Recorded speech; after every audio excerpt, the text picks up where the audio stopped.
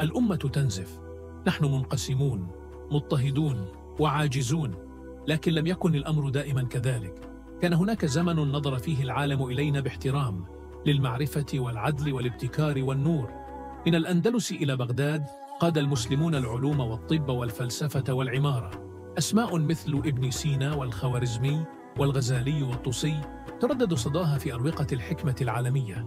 بنينا حضارة ألهمت العالم، لكننا ضللنا الطريق، تخلينا عن القرآن، انقسمنا بسبب الأنا، توقفنا عن التفكير، توقفنا عن طلب العلم.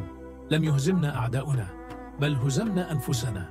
حطم الاستعمار وحدتنا، حل الجهل محل التنوير، ضعفت اقتصاداتنا، فشل قادتنا، سلبت منا وسائل إعلامنا. لكن الآن حان وقت النهوض من جديد.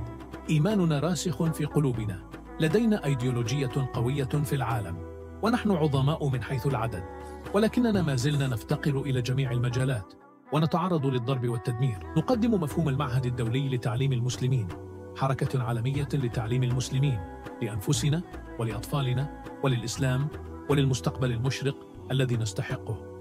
نقدم المعهد الدولي لتعليم المسلمين، حركة تعليمية عالمية مجانية مصممة للمسلمين وللأمة وللإسلام.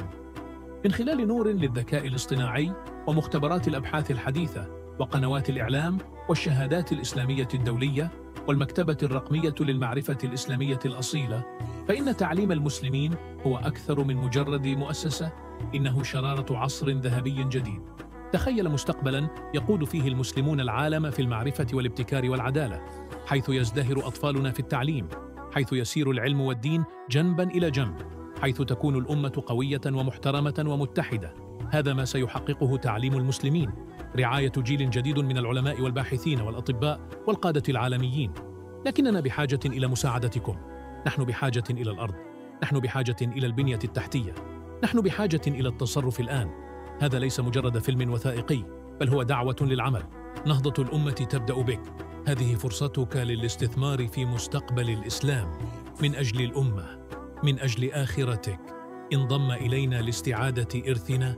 معاً سننهض من جديد. زوروا edifymuslims.com. ساهموا في نهضة المسلمين، إحياء العصر الذهبي للإسلام.